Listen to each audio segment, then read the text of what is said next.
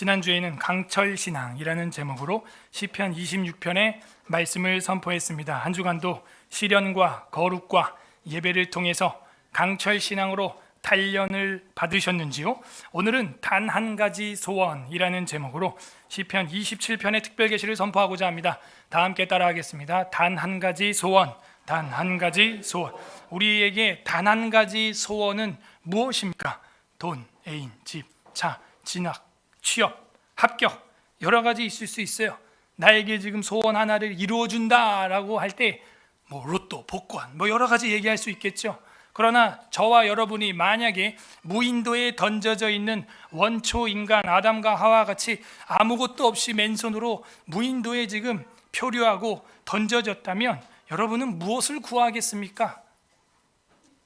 돈, 집, 차, 이런 게 아니겠죠. 집으로 돌아가고 싶다는 거예요.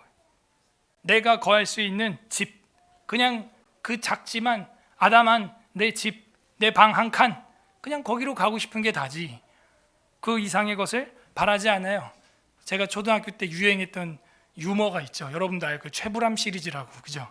그 드라마 배우 파하고 웃는 그 최불암 씨를 캐릭터로 해서 여러 가지 유머가 책으로도 엮어 나오고 그랬던 적이 있는데, 그분이 친구들이랑 무인도에 표류하게 됩니다.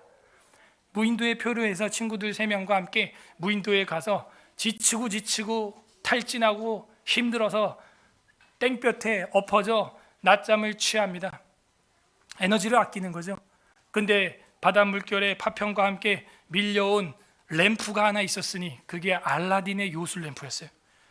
그래서 낮잠 자고 있던 사람 중에 한 사람이 깨어나서 보니까 램프가 있길래 비볐더니 벙 하면서 지니가 나왔다는 거예요.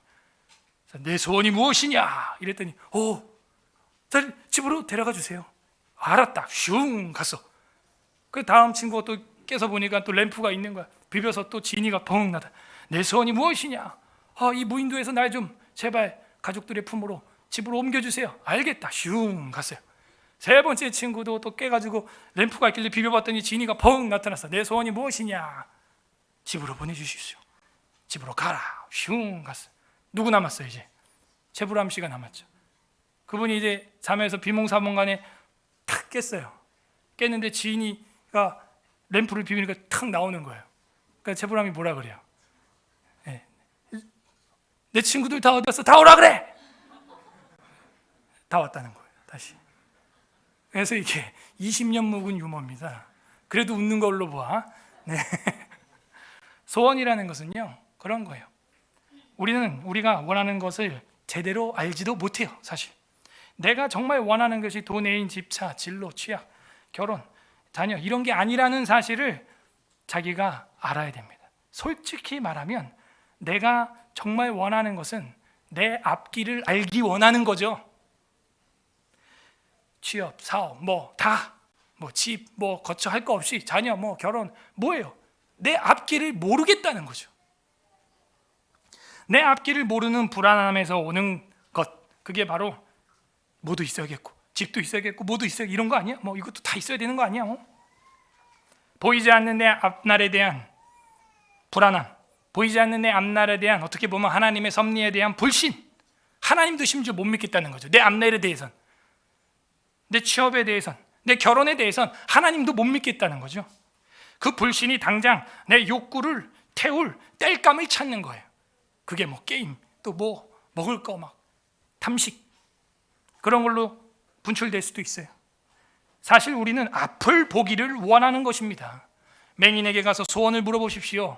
뭘 달라고 하겠어요? 차, 집, 자전거, 비싼 오토바이, 멋진 바이크? 그런 게 아니잖아요. 맹인에게 가서 소원을 물어보면 딱 한마디로 얘기하죠. 내가 보기를 원하나이다. 그거 하나예요. 보기를 원하나이다. 어떻게 내 앞을 볼 수 있냐 이거예요. 우리는 영적으로 이미 어둠의 죄와 사망 가운데 있는 사람들이에요. 오늘 성경은 어둠과 외로움과 괴로움과 두려움에 사로잡힌 시인 다윗이 나옵니다. 하나님 앞에 기도하는 거예요. 자신의 미래에 대한 소망을 간구하는 이야기예요. 그가 원하는 건 다른 게 아니에요. 내가 보기를 원합니다. 어떻게 이 두려움 삶의 미래를 볼 수 있고 믿을 수 있는 담대함이 생길 수 있을까요? 오늘 성경은 그것을 계시하고 있어요. 다윗의 앞날은 막막합니다. 갑갑해요. 피난 생활이 언제 끝날지 몰라요. 도망자의 생활이 언제 끝날지 몰라요. 앞날을 알 수 없어요. 언제까지 들에서 짐승과 함께 자면서 캠프를 해야 됩니까? 부디 오늘 성경 말씀을 통해서 우리의 소원이 바뀌고 두려움이 변하여 희망이 되는 서울의 사라교회 성도님들 되시기를 주님의 이름으로 소망합니다. 아멘. 27편도 개인 탄식 시입니다. 개인 탄식 시는 반대로 뭐가 나온다는 거죠? 확신 시가 나온다는 거죠.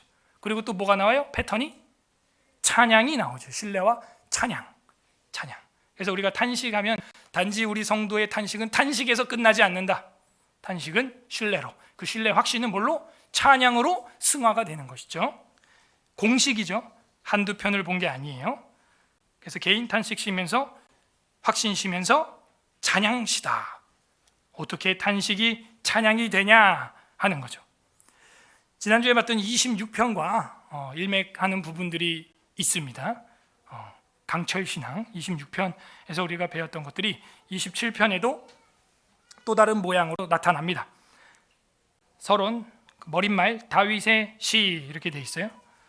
시편에 다윗의 시가 이렇게 많은 걸로 보아 정말 신앙의 단련과 시련과 연단과 훈련을 많이 받은 사람이구나라는 걸 알 수가 있습니다. 고난이 많고 괴로움이 많을 때 시를 쓰게 돼 있는 거예요. 감옥에서도 기쁠 때도 시가 나오는 것이죠. 1절에서 3절까지가 하나님의 임재에 대한 신뢰가 나옵니다. 임재 확신, 하나님의 임재 확신하는 것이죠. 하나님이 나와 함께 하실 것이다 라고 하는 확신이 있어요. 섭리에 대한 확신이라고 할 수도 있습니다. 여호와는 나의 빛이요. 자, 하나님을 빛으로, 그죠? 하나님을 비동사로 빛으로 정의한 것은 구약 성경 전체에서 딱 이 한 절밖에 없어요.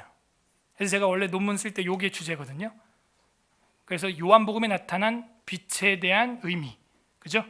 그래서 이제 이걸 구약 성경부터 연구를 해온 게 이제 이건데, 참 제가 믿음이 없어서 그러지 아마 저는 논문을 못 쓸 수도 있겠구나 그런 생각도 들어요. 시간적인 한계가 있어서.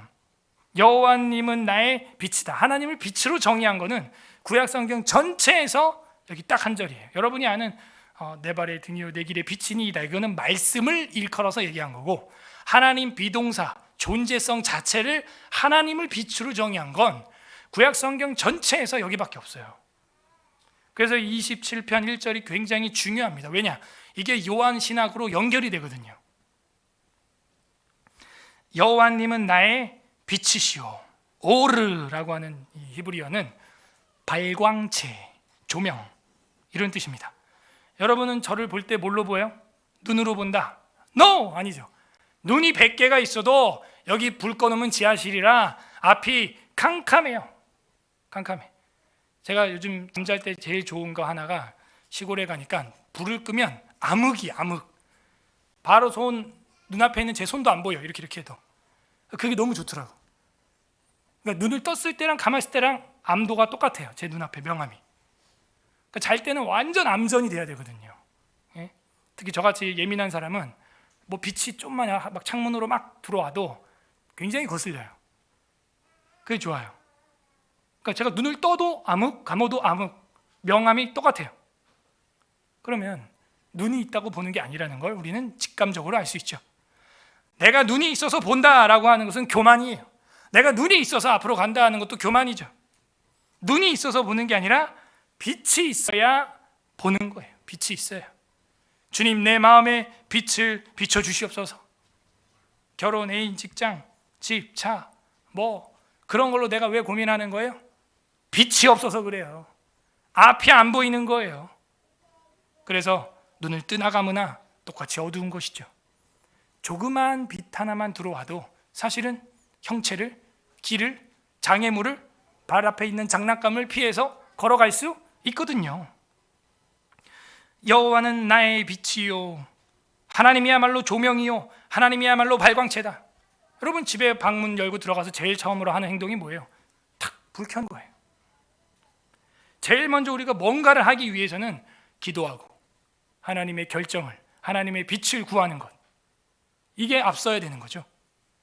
눈이 수백 개 있어도 빛이 없으면 한 개를 못 봐요. 나의 빛이요 나의 구원이시니 내가 누구를 두려워하리요. 두려워한다는 것은 야레라는 말이고 빛은 오르라는 말이에요. 자음이 똑같아요. 발음이. 언어 유희를 하고 있죠. 야레를 오르가 밀어낸다는 거예요.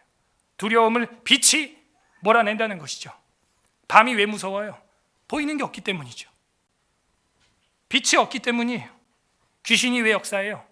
내 마음에 말씀에 하나님의 빛이 없기 때문이에요. 불을 켜면 간단하게 보이는 거예요. 여호와는 내 생명의 능력이시니 내가 누구를 무서워하리요. 두려워하리요. 무서워하리요.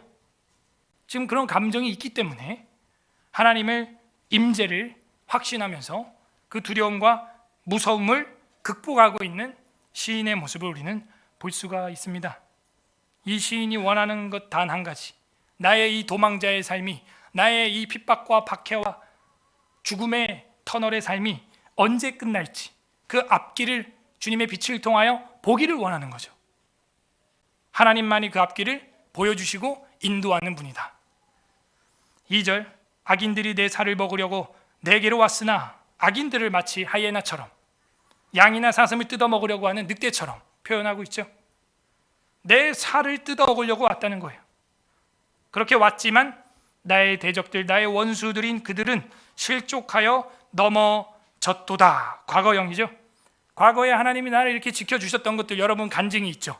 기적처럼 회복되고 가정이 이루어지고 여러분이 굶어 죽지 않고 일용할 양식을 얻게 되고 그 모든 것들이 하나님이 실족하여 넘어지지 않게 세워주시고 원수들을 오히려 넘어뜨리시는 그런 역사라는 거죠.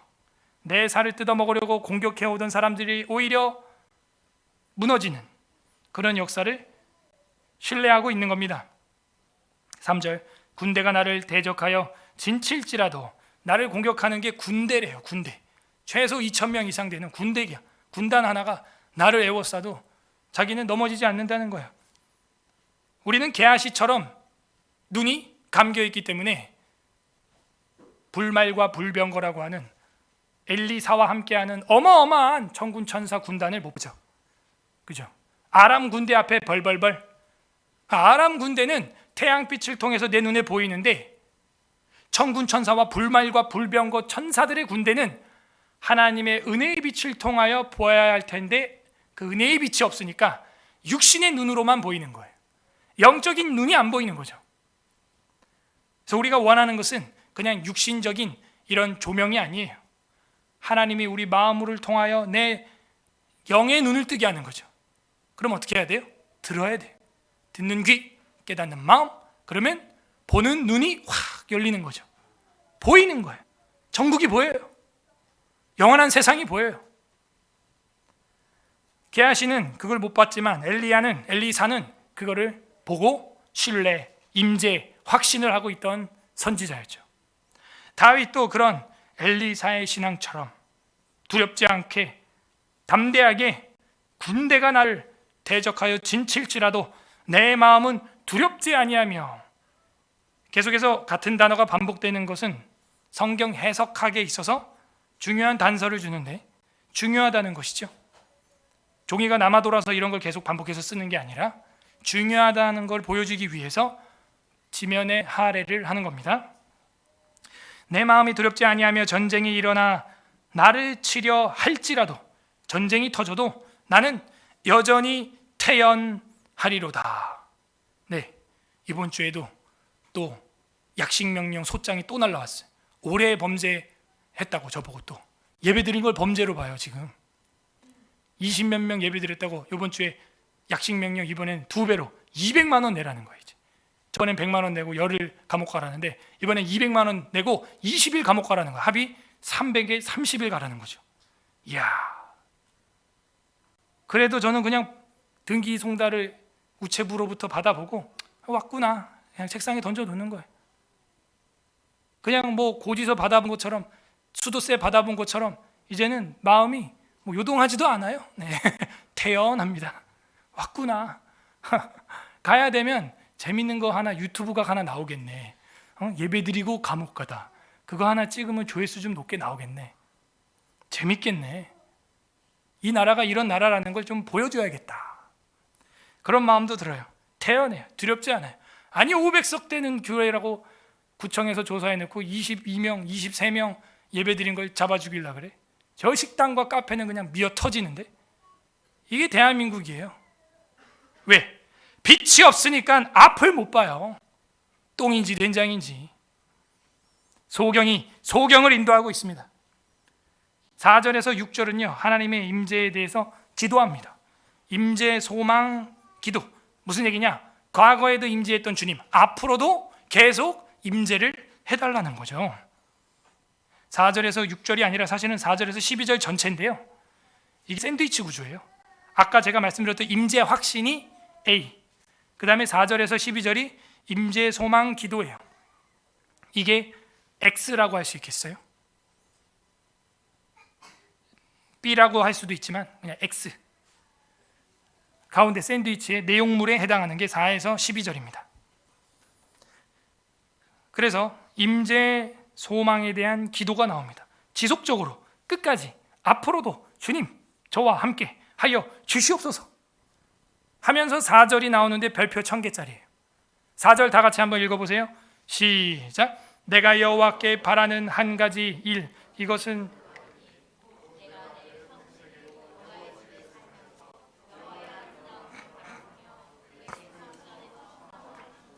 어떻게 해야 빛을 받을 수 있다는 거예요. 어떻게 해야 무서워하지 않고 두려워하지 않고 두렵지 않고 빛 가운데로 태연하게 유유자작 마음의 평정심을 가지고 평안하게 샬롬으로 살 수 있느냐. 4절이 답을 주는 거죠.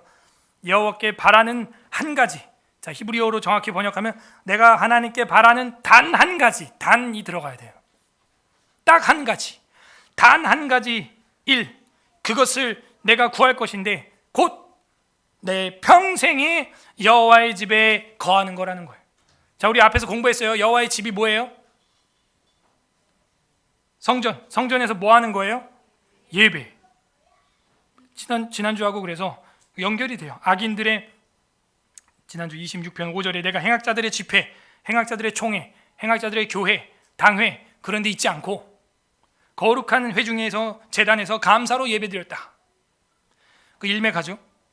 다윗이 원하는 건 내 평생에 여호와의 집에 사는 것. 그게 즐겁다는 거예요. 마치 주일학교 학생들이 교회에서 1박 2일 MT를 하면 즐거워하듯이 그 이상으로 어린아이와 같이 교회에서 시간을 보냄을 평생에 단 한 가지의 소원으로 삼는 것이죠. 다른 거 아니에요. 단 한 가지예요. 예배를 막지 말라는 거죠. 예배를 드리고 싶다는 거죠. 난 예배를 드릴 거라는 거죠. 예배가 생명이라는 거죠. 예배의 원리는 성경이 정해요. 총회장이 정하는 거 아니에요. 대형교회가 방송 카메라 좋은 거 갖다 놓고 송출하면서 정하는 거 아니에요. 예배의 형태는 성경이 정하는 거죠. 예배 규정 원리는 하나님이 계시의 말씀을 통해 주는 겁니다. 그래서 다윗은 여호와의 집에 살면서 여호와의 아름다움을 보겠다는 거죠. 여러분, 아름다운 사람을 만나면 계속 만나고 싶죠? 사귀고 싶고 결혼하고 싶고 영원히 함께 임마누엘 하고 싶죠? 같이 임재하고 싶죠? 그래서 결혼하는 거예요. 남자에게도 아름답다는 표현이 뭐 안 어울리지는 않습니다. 아름다운 청년, 누구누구 어울리잖아요. 자매든 형제든 정말 아름다운 사람, 멋진 사람 만나면요, 그 집에 함께하고 싶은 거예요. 결혼하고 싶은 거예요.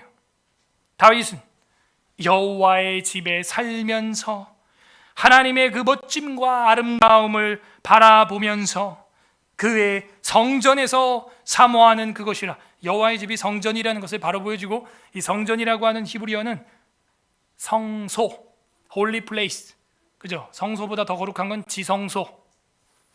그래서 이 성전에서 사모하는 그것이라. 예배당. 여러분, 예배당이 어디예요? 두세 사람이 함께 모이고 총회에서 허락한 목회자를 통하여, 전문 신학인을 통하여 성경을 왜곡되지 않게, 이단스럽지 않게 정통적으로 제대로 설교를 들으면서 예배하는 행위, 성찬을 떼는 행위, 이거야말로 예배죠.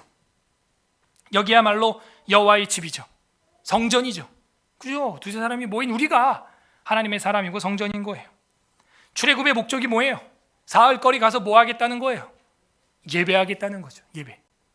굳이 그게 필요 없다면 애굽에 살면서 하나님이 각자 집에 인터넷이 없으니까 그 당시는 어떻게 하면 돼요? 환상으로. 동시에 그냥 각자 유대인들에게, 히브리인들에게 각자 집에 천사를 통해서 환상으로 쫙 그냥 보여주면 되잖아요. 그 환상 보고 예배드리라고.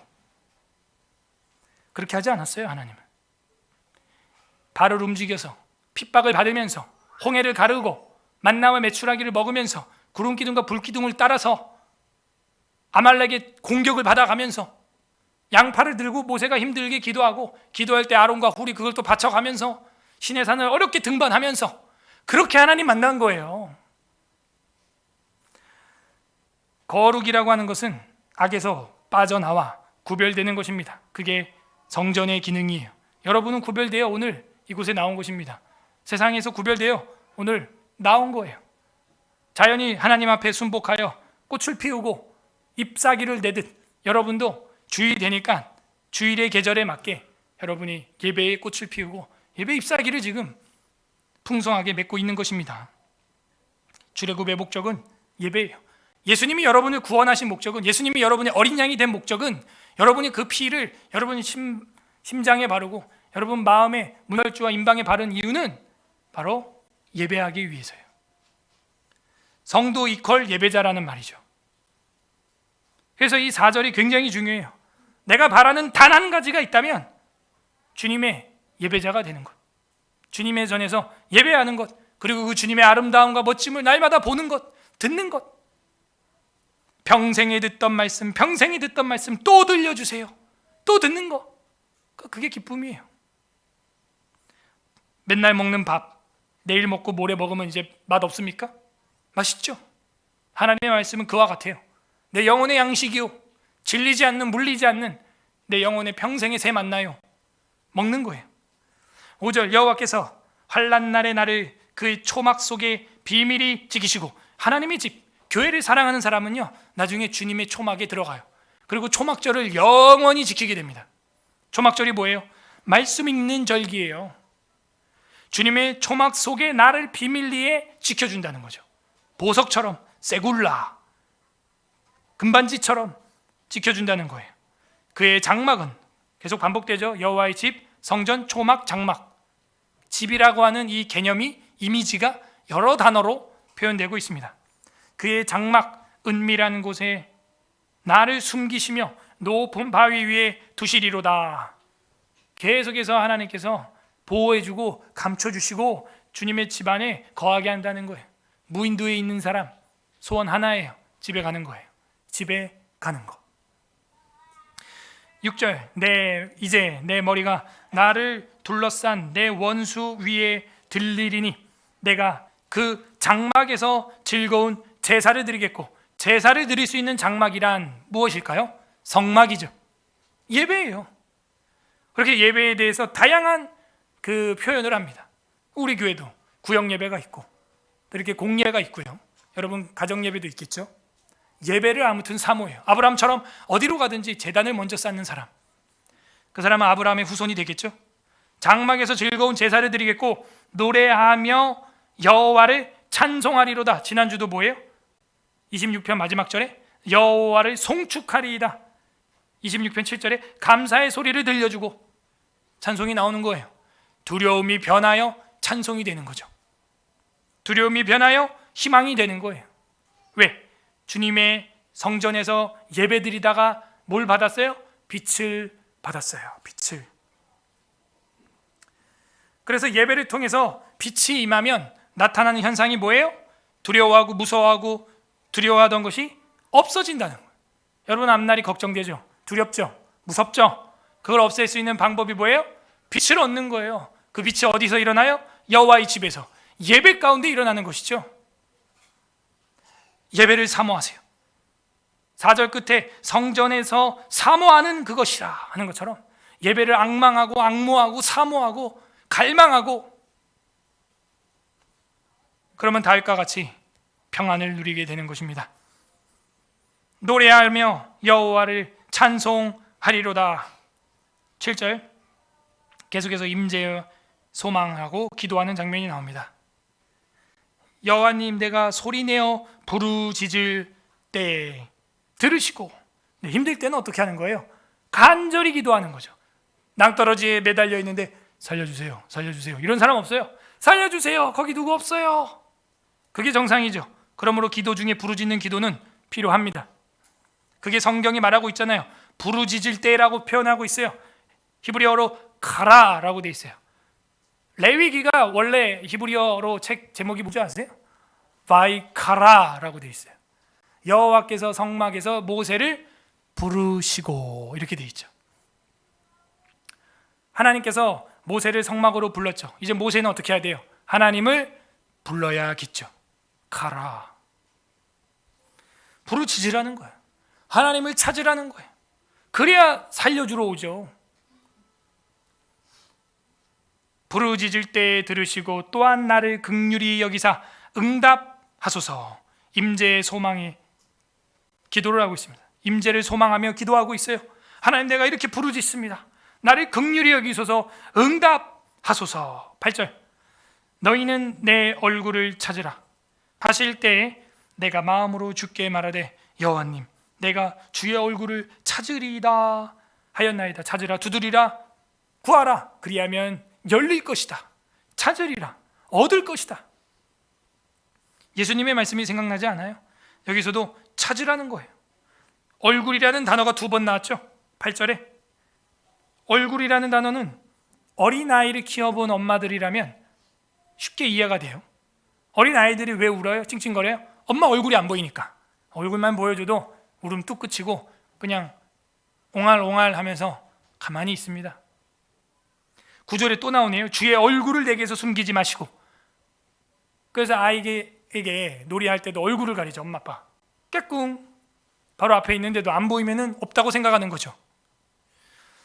그만큼 그 얼굴을 바라본다는 것은 주님의 돌보심, 주님의 보호하심, 그거를 상징하고 있어요. 주의 얼굴을 내게서 숨기지 마시고 주의 종을 놓아여 버리지 마소서. 주는 나의 도움이 되셨나이다. 에즈라라는 말이에요. 도움이라는 말이 에즈라, 돕는 교회, 도움 공간, 돕는다. 뭘 도와요? 성경 전체를 배우고 싶은 사람에게 그걸 도와주고 배울 수 있도록. 의식주의 문제로 좀 어려워하는 이웃들이 있다면 우리에게 있는 물질을 통하여 그들을 도와주는 거죠. 그래서 이 에즈라라고 하는 말은 돕는다, 원조하다, 지원하다, 돕는다, 이런 뜻을 가지고 있어요. 우리 교회의 개청 목적은 그거예요. 돕는 것입니다. 도움이 되셨나이다. 나의 구원의 하나님이시여 나를 버리지 마시고 떠나지 마소서. 주님이 없으면 나는 맹인입니다. 앞이 안 보입니다. 날 떠나지 마세요. 10절 다 같이 읽어보세요. 시작. 내 부모는 나를 버렸으나. 이거 어떻게 해석해야 돼요? 제가 예전에 설교하면서 계속 누누이 단서를 좀 드렸죠. 다윗이 가정에서 어떤 존재였다? 왕따, 대놓고 왕따는 아니어도 은따, 은근히 따돌리는. 그래서 대제사장 사무엘이 왔는데도 그 가족 예배에 있었다 없었다? 없었다. 뭐 하고 있었다? 들에서 양치고 있었다. 참 이 단어가 굉장히 그 다윗의 말하기 싫은 상처예요. 다윗이 이런 말 하고 싶겠어요? 이래봬도 난데 다윗인데. 근데 자신의 그 유학이나 가정의 이 상황을 보면 형제가 너무 많으니까 부모들이 신경을 못 써줘요. 실제 있는 일입니다. 사랑을 잘 못 받고 커요, 아이들이. 왜? 형제가 너무 많으니까. 엄마 아빠가 제대로 된 케어를 못 하는 거예요. 그러니까 아이들이 외로움을, 두려움을, 무서움을 타게 됩니다. 내 부모는 나를 버렸으나. 거의 뭐 그냥 양치기 종 정도로 취급을 했나 봐요. 다윗아, 너 양이나 쳐라. 막내, 말제, 끝순이, 말순이. 넌 나가서 양이나 좀 쳐라. 우리는 형들이랑 다 사무엘 선지자와 예배드리러 가겠다. 그 다윗의 심정은 어땠을까요? 나 홀로 집에 놔두고 다 나간 거예요. 두렵죠, 외롭죠. 그럴 때 수금과 비파를 켜고 찬양을 하고 하나님을 빛으로 맞이해서 그 믿음이 성장하고 그 두려움을 떨쳐내는 거죠. 연단되는 거예요. 부모도 자식을 버려요. 우리나라도 해외로 입양 보내는 사람들이 얼마나 많아요. 자녀 낳아가지고요, 물론 뭐 미혼모들도 많지만 버리고, 그리고 나중에 또 커서 후회하고, 또 만나면은 자녀들이 원망하고. 내 부모는 나를 버렸으나 여호와는 나를 영접하시리이다. 진짜 아버지는 육신의 아버지가 아니라 하늘 아버지라는 것을 성경은 말해주고 있는 겁니다. 다윗도 그렇게 경험했어요. 진짜 구성애를 이 세계에 느낀 게 아니에요. 여호와 하나님으로부터 느낀 것입니다. 그래서 여호와는 나의 빛이시오 라고 고백을 하는 거죠. 고아와 같았던 내 인생에 하나님이 아버지 되어주셨다. 내 부모는 나를 버렸지만 여호와는 나를 영접하시리라. 영접해 준다는 거예요. 내가 오면 아이고 우리 딸 왔냐, 우리 아들 왔냐, 반갑다 안아주는 거죠. 11절 여호와님 주의 도를 내게 가르치시고 내 원수를 생각하셔서 평탄한 길로 나를 인도하소서. 도, 길, 데레크 지난주에 다 공부한 겁니다. 지지난주죠. 25편 4절 5절에 영적인 내비게이션이 필요하다. 그죠? 여호와님 주의 도를 내게 보이소서, 주의 길을 내게 가르치소서, 주의 진리로 나를 지도하시고 교훈하소서. 그런 얘기가 있었잖아요. 역시 다윗은 계속해서 말해요. 주님 나를 가르치소서, 바른 길로 나를 인도해 주세요. 앞길에 대한 불안감이 있는 거죠. 예배를 통해서 빛이 임하면 두려움이 사라진다 그랬어요. 두 번째는 10절에서 우리가 본 것처럼 예배를 통해서 빛이 임하면 외로움도 사라져요. 두려움도 사라지고 외로움도 사라져요. 부모가 나를 버려도 그 정도의 외로움도 사라진다는 거죠.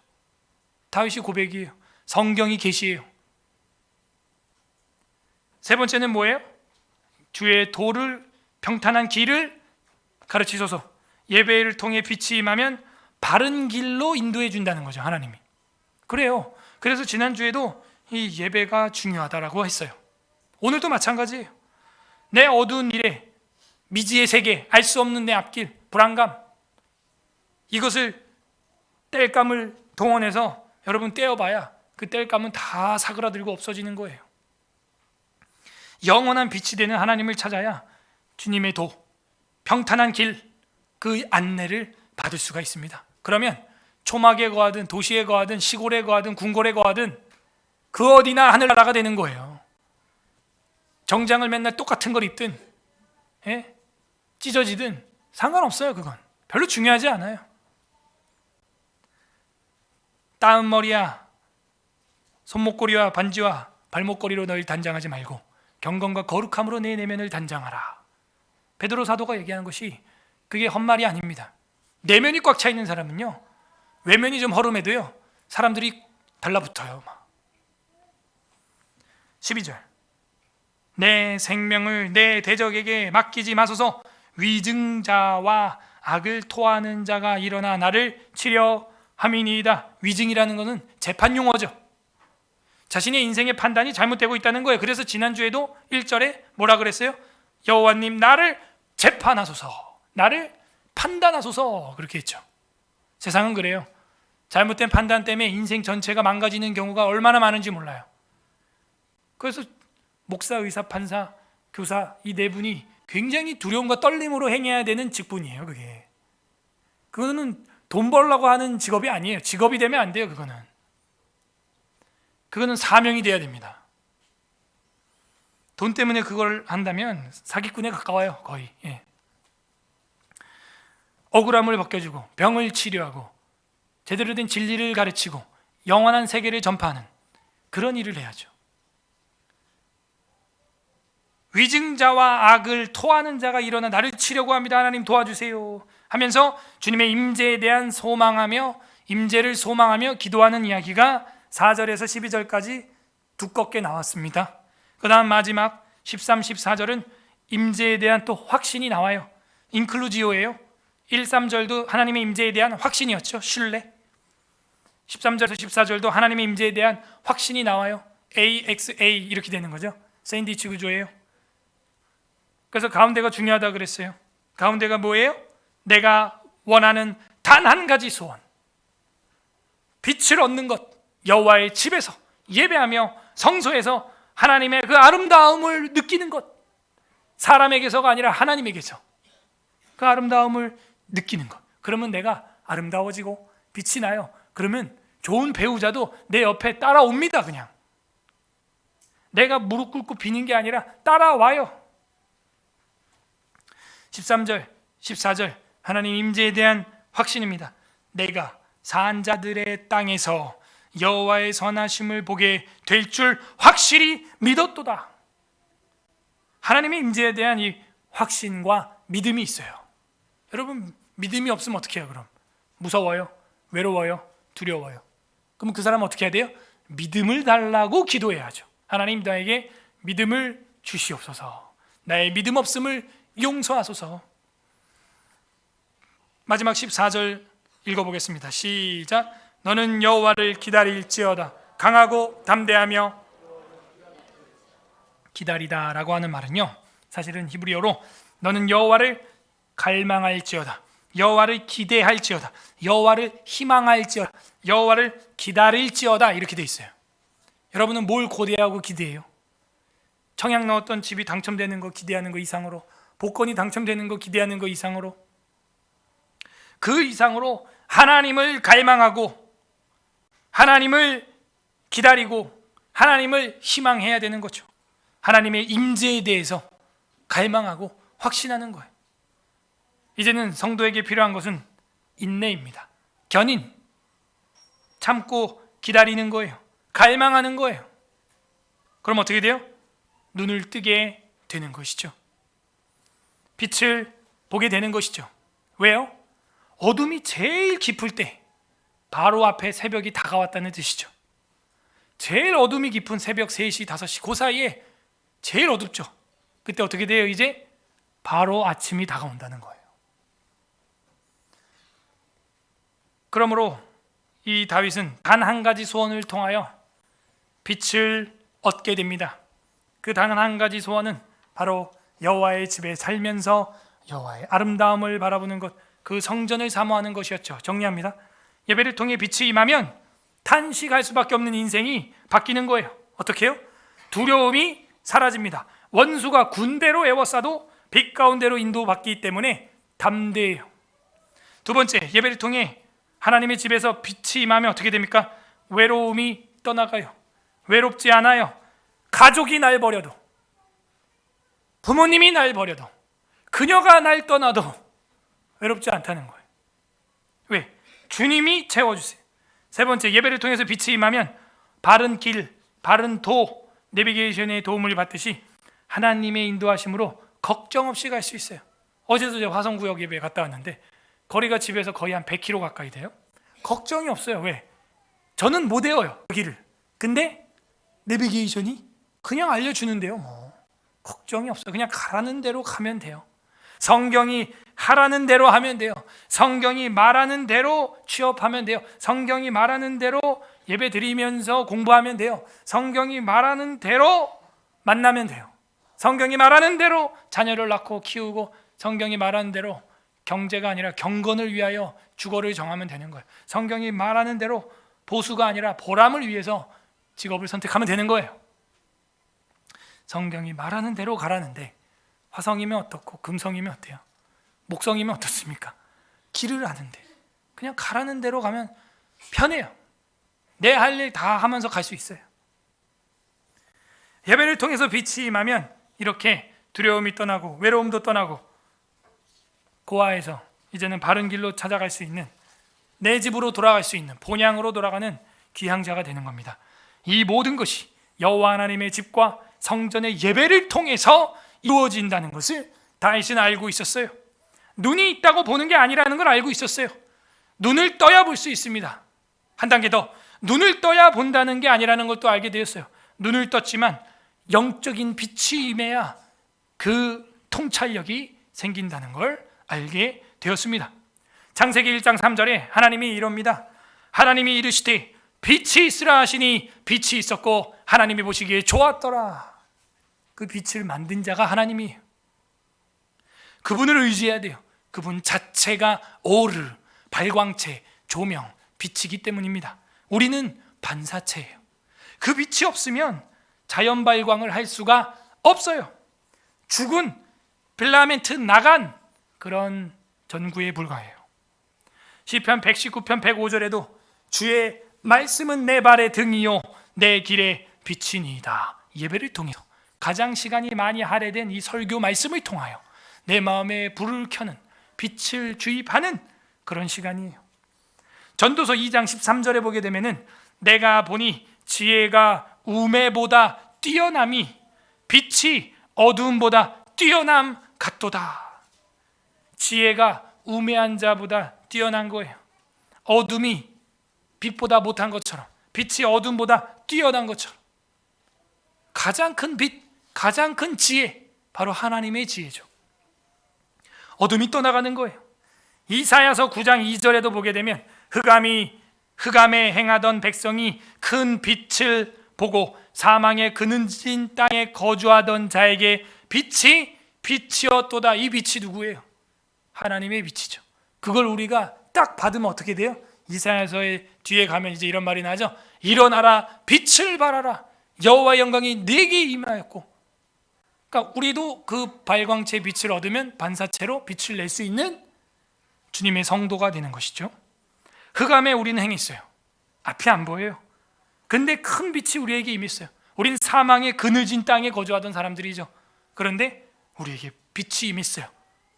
이방인인 우리에게, 이방인인 누가에게도 루카스, 빛이 임한 거예요. 룩스, 빛이 임한 것이죠. 요한복음 1장 한번 펼쳐보시기 바랍니다. 관련 구절 요한복음 1장 4절, 신약성경 142페이지 142, 142페이지.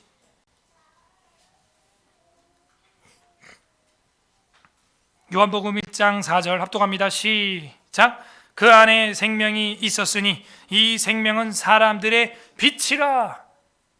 그 다음 빛이 어둠에 빛이 되어 어둠이 깨닫지 못하더라. 그리고 세례 요한은 빛에 대하여 증언하러 왔다 이러는 거예요. 그 빛이 누구예요? 예수님이에요. 9절, 참 빛 곧 세상에 와서 각 사람의 비추는 빛이 있었으니 그가 세상에 계셨으며 세상은 그로 말미암아 지은 바 되었으되 세상은 그를 알지 못하였고 자기 땅에 오매 자기 백성이 영접하지 아니하였으나 영접하는 자 곧 그 이름을 믿는 자들에게는 하나님의 자녀가 되는 권세를 주셨으니. 이렇게 되는 거예요. 하나님이 우리를 영접해주고 우리도 주님을 영접해야 하는 것이죠.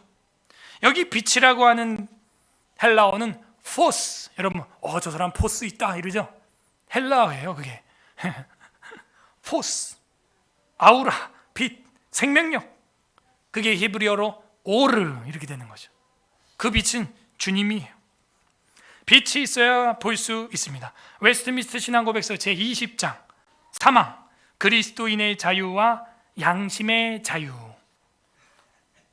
그리스도인의 자유를 구실로 하여 죄를 범하거나 정욕을 품는 사람들은 그리스도인의 자유의 목적을 파괴하는 것이 된다. 그리스도인의 자유의 목적은 우리가 원수들의 손아귀에서 건짐을 받아 구원을 받았다는 거죠. 평생토록 주님을 두려움 없이 주님 앞에서 거룩함과 의로움으로 섬기려는 데 있다. 예배하려는 데 있다는 거죠. 예배를 시중 들고 섬기려는 데 그리스도인의 자유가 있다는 거예요. 뭐 없이? 두려움 없이 주님 앞에서 거룩함과 의로움으로 섬기려는 데 있다는 거예요. 그게 그리스도인의 자유예요. 어떤 자유? 예배할 수 있는 자유, 하나님을 섬기는 자유. 어떤 거 없이? 두려움 없이. 그래서 난 두렵지 않아요. 두려움 없어요. 여러분도 두려워하지 마세요. 평생토록 주님을 두려움 없이 주님 앞에서 거룩함과 의로움으로 섬기려는 것, 이것이 그리스도인의 자유와 양심의 자유라는 것이죠. 이게 기초가 되어 대한민국 헌법에도 양심의 자유가 헌법에 나오는 겁니다. 어떤 하나님의 마음이 오늘 성경에 나와 있습니까? 여러분의 그 예배하고자 하는 소원을 이루어 주시리라 말씀하시는 그 하나님의 마음이 나와 있어요. 서울예술학교의 성도분들, 예배하려고 하는 그 모습을 하나님이 어여쁘게 봐주신다는 거예요. 단 한 가지 소원, 예배하는 것입니다. 그럼 나머지는요 다 해결되는 거예요. 볼 수 있으면 일도 할 수 있고 결혼도 할 수 있고 차도 살 수 있고 집도 지을 수 있는 거예요. 보지 못하면 아무것도 못해요. 여러분이 영안이 열려서 하나님을 봄으로 모든 복을 누리시기를 소망합니다. 각자 적용을 해보시길 바랍니다. 나는 예배를 통하여 빛을 얻고 있는가? 두려움이 사라져 있는가? 외로움이, 부모님이 나를 버리는 그 외로움 속에서도, 예배에서 나를 빼버리는 그 외로움 속에서도 나는 그 외로움을 예배를 통하여 극복하고 있는가? 바른 길로 지도를 받고 있는가? 나는 예배를 그렇게 사모하고 있는가? 적용해 보시길 바랍니다. 우리 주 예수 그리스도는 우리를 보게 하시는 분입니다. 오늘 마지막 성경 마가복음 10장 51절 보겠습니다. 마가복음 10장 51절, 막 10장 73페이지 73 신약성경 73페이지 마가복음 10장 51절 52절 두 절 보겠습니다. 합독합니다. 시작. 예수께서 말씀하여 이르시되 내게 무엇을 하여 주기를 원하느냐? 맹인이 이르되 선생님이여 보기를 원하나이다. 예수께서 이르시되 가라, 내 믿음이 너를 구원하였느니라 하시니 그가 곧 보게 되어 예수를 길에서 따르니라. 아멘. 내가 무엇을 해주기를 원하느냐? 보기를 원하나이다. 다른 거 다 필요 없어요. 집도 말도 당나귀도 다 필요 없어요. 그냥 보기만 하면 됩니다. 그러고 나서 이 사람은 어떻게 돼요? 예수님을 따라가는 예배자가 돼요. 예수님은 뭐라 그래요? 내 믿음이 너를 보게 했노라 이래요. 내 믿음이 너를 구원하였느니라. 이 사람이 거듭난 사람이에요. 남들이 보지 못하는 것을 보고 듣지 못한 걸 듣고 남들이 느끼지 못하는 걸 느낄 수 있는 이 사람, 그 사람이 복받은 사람이에요. 단 한 가지 소원을 이룬 사람이죠. 예수 그리스도의 십자가라는 안경을 통하여 구원의 길을 보게 하십니다. 우리의 궁극적인 앞날과 미래를 희망하고 갈망하게 하십니다. 예수 그리스도의 십자가의 죽으심과 부활하심은 영원한 소망과 희망을 우리에게 선사해 줍니다. 그리하여 돈, 명예, 차, 집 이런 게 줄 수 없는 영원한 평강을, 평정심을, 샬롬과 안녕을 주십니다. 어린 양 예수 그리스도의 희생에 감사하는 예배야말로 어둠을 거치고 우리의 눈을 뜨게 하고 궤도에 제대로 교정시켜주는 역할을 하는 것이죠. 예배는 우리의 눈을 뜨게 하고 앞날에 대한 불안감과 외로움과 공포감을 해소해 줍니다. 그러므로 예배야말로 우리의 단 한 가지 소원이 되어야 합니다. 부디 오늘 말씀을 묵상함으로 성전 예배를 통하여 두려움과 외로움과 방황에서 빛을 만나는 서울의 스라교회 성도님들 되시기를 주님의 이름으로 소망합니다. 우리의 단 한 가지 소원은 무엇입니까? 우리 설교를 생각하면서 27편 읽어보겠습니다. 아멘. 이 시간 기도하겠습니다. 첫째 기도할 것은 하나님 감사합니다. 우리에게 빛을 비춰주셔서 게하시 같은 우리의 눈을 열어주시고 엘리사같이 영적 세계를 믿고 바라보게 하시니 내 삶의 두려움과 외로움과 방황을 주님 종결하여 주시니 또 종결할 수 있는 방법을 오늘 선포해 주시니 감사합니다. 감사 기도하시고 두 번째 기도할 것은 하나님 우리가 예배를 등하시 여기고 주님이 주시는 빛을 보지 않음으로 말미암아 삶에서 넘어지고 두려움에 빠지고 괴롭고 외롭고 무섭고 바른 길에서 내비게이션에서 벗어났던 적들이 있습니다. 주님 용서하여 주시옵소서. 회개하는 기도했으면 좋겠고 세 번째로 기도할 것은 이제는 주님을 의지함으로 말미암아 이 예배를 통하여 하나님의 집에서 하나님의 성전에서 예배하는 것 이게 나의 단 한 가지 소원이 되게 하여 주시고 우리 자녀들도 이것이 가장 큰 소원이 되게 하여 주시옵소서. 그리하여 군대가 나를 우리 자녀들을 애워싼다 할지라도 태연하게 담대하게 전진하는 신앙인이 되게 하여 주시옵소서. 간구하는 기도도 올려드리겠습니다. 다 함께 말씀을 생각하며 기도하겠습니다.